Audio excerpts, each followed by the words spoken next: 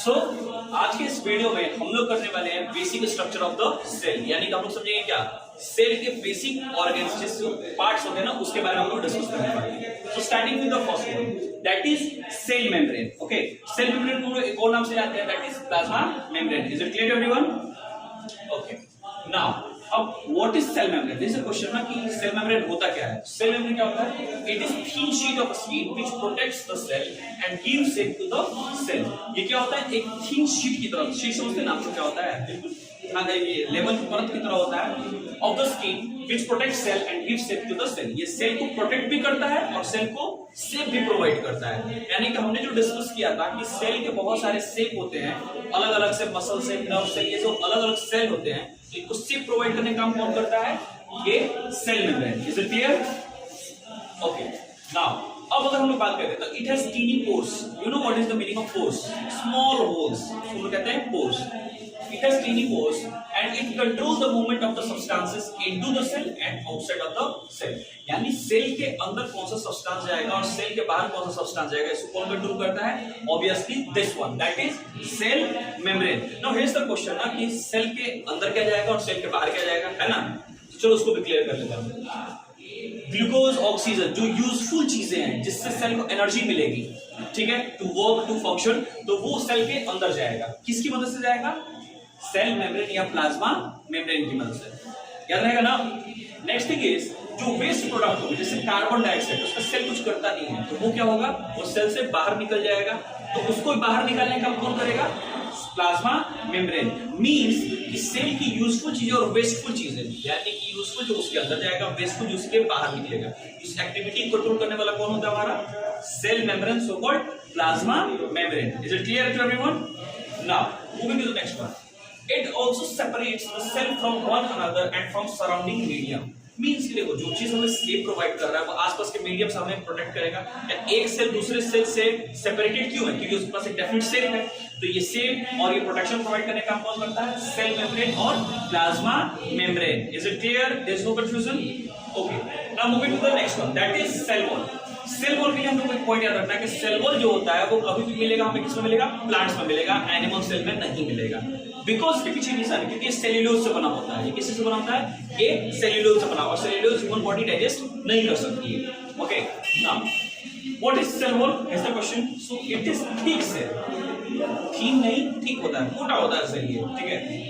Outside the cell membrane, यानी ठीक इसके बाहर में होता है। जैसे शेप प्रोवाइड किया ना, उसको बाहर से जो प्रोटेक्शन देने का काम करता है, सेल मेम्ब्रेन को जो डेफिनेट शेप मिला था वो कौन सा होता है? हमारा सेल वॉल होता है। Okay, it is made up of tough material called cellulose. ये किससे से बना होता है? काफी टफ मटेरियल सेल्यूलोज से बना होता है। अब जैसे मैंने पहले भी डिस्कस किया था कि सेल्यूलोज क्या होता है?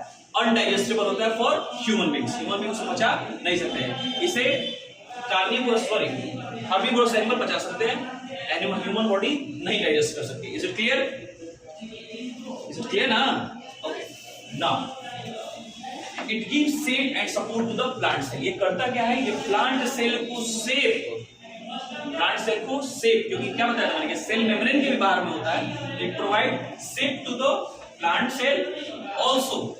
ये क्या करता है? उसमें स्ट्रेंथ प्रोवाइड करता है। जैसे कि समझो विंड हो गया, रेन हो गया, ड्राउट्स हो गया या सूखा हो गया, इन सब में प्लांट्स को सपोर्ट की जरूरत पड़ती है।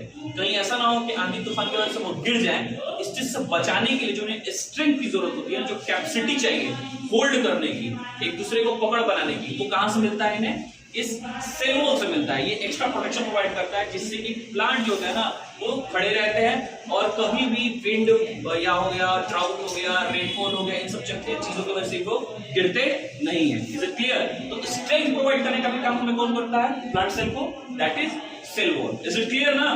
There is no doubt? Okay, most important thing you have to remember that it is non living part of the plant cell. ये प्लांट सेल का नॉन लिविंग पार्ट होता है। मींस ये लिविंग नहीं होता, ये जिंदा नहीं होता है। याद रहेगा ना सबको? चलिए बढ़ते हैं पार्ट 3 की तरफ, दैट इज न्यूक्लियस। ओके, तो न्यूक्लियस क्या है ना कि ये एक ऐसा पार्ट है सेल का जो प्लांट में अलग जगह पे होता है और एनिमल में अलग जगह पे होता है। अगर एनिमल सेल की बात कर रहे हैं तो वो कहां होता है? ये न्यूक्लियस सेंटर पे होता है, ठीक है। कहां होता है? बिल्कुल सेंटर, बीचों बीच होता है। लेकिन अगर हम लोग प्लांट सेल की बात करें तो वो बिल्कुल साइड में, आउटसाइडर पार्ट में होता है, ठीक है। उसको हम डिस्कस करेंगे। पहले समझते हैं कि न्यूक्लियस होता क्या है। So it is large spherical organelle present in all cell and control all the activity of the cell.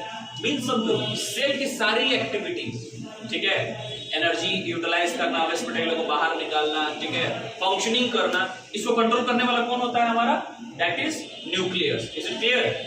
Okay, now moving to the next one.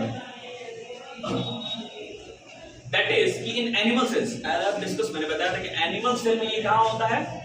Centre पे होता है, बीचों बीच पे होता है.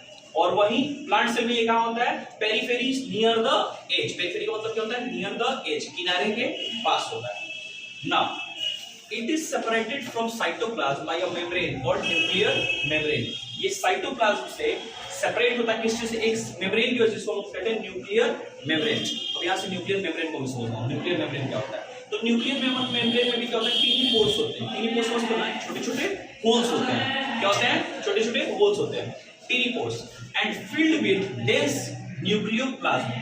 ये किस चीज से भरा रहता है? काफी डेंसी मटेरियल होता है, दैट इज न्यूक्लियोप्लाज्म. और ये करता क्या है? Which contains tiny round structure called nucleus. Nucleus, okay.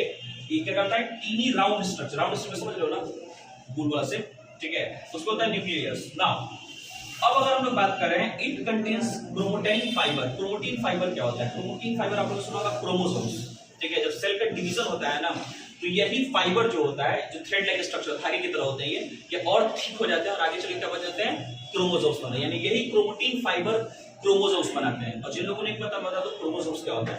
Chromosomes वो थ्रेड लाइक स्ट्रक्चर होते हैं जो जीन्स को कैरी करते हैं, जो इंफॉर्मेशन को कैरी करते हैं from mother father to their young one. यानी होने वाले बच्चे में जो हैबिट्स जाते हैं ना, या कह सकते हैं कि कलर हो गया, आई कलर हो गया, ईयर लॉक हो गया, हेयर स्टाइल हो गया, हाइट हो गया, ये सब चीज कहां से कैरी होता है? ट्रांसफर होता है with the help of chromosomes which carries the genes. ठीक है, यानी कि होने वाले बच्चे में जो आदतें होंगी या होने वाला बच्चा कैसा दिखेगा, ये इंफॉर्मेशन किसके थ्रू ट्रांसफर होता है? क्रोमोसोम्स के थ्रू होता है ड्यूरिंग रिप्रोडक्शन. ठीक है, और क्रोमोसोम्स में क्या होता है? क्रोमोसोम्स क्या कैरी करते हैं? जीन्स कैरी करते हैं. किस चीज से बने होते हैं? क्रोमैटिन फाइबर से बने होते हैं. याद रहेगा ना सबको? Sure. Last part, not the last word, क्योंकि साइटोप्लाज्म के बाद ऑर्गेनेल्स को हमें डिफाइन करना है. इस वाले हिस्से का मेजर जो पार्ट्स है ना, उसका हम लोग डिस्कस करते हैं. That is part number 4, cytoplasm. तो साइटोप्लाज्म क्या होता है? साइटोप्लाज्म जो होता है ना, वो जेली लाइक स्ट्रक्चर होता है. जैसे जो ब्लैंक स्पेसेस हो गए पार्ट्स के बीच में, हमने देखा ना कि ये न्यूक्लियस हो गया, ये साइटोप्लाज्म हो गया, तो इन सब के बीच में जो जगह बचता है ना, उसको फिल करने के जो जेली लाइक स्ट्रक्चर होता है, जेली लाइक मटेरियल, मतलब पानी की तरह, जेली की तरह जो होता है, उसको कहते हैं साइटोप्लाज्म. Is it clear? याद रहेगा ना सबको? So it is transparent jelly-like material which fills the cell between nucleus and cell membrane. Nucleus और सेल मेम्ब्रेन के बीच में जो गैपिंग होता है, उसको भरने का काम कौन करता है? ये हमारा साइटोप्लाज्म कर लेता है. Is it clear?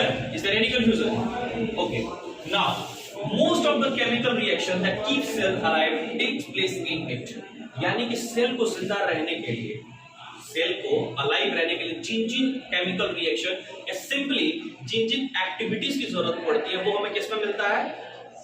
साइटोप्लाज्म मिलता है. वो सारी एक्टिविटीज कहां होती हैं? साइटोप्लाज्म में होती है. तो क्वेश्चन अगर ये पूछा जाता है कि why cytoplasm is important for cell, that you need to answer that all the chemical reaction और all the activities which are required to keep a cell alive are occurred or performed in cytoplasm.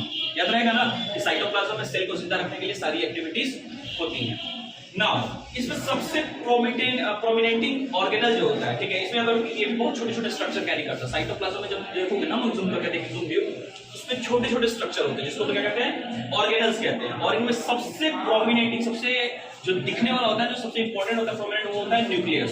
क्या होता है? Nucleus is a organelle which is found in cytoplasm. Is it clear? पढ़ा है ना अभी हमने nucleus कहाँ होता है? एनिमल सेल में सेंटर पे, प्लांट सेल में कहाँ होता है? कॉर्नर में, एज पे. ठीक है, अब साइटोप्लाज्म ऑफ द प्लांट. अब देखो प्लांट के साइटोप्लाज्म में एक चीज खास होता है, क्लोरोप्लास्ट होता है. ठीक है, क्लोरोप्लास्ट को कंटेन करता है.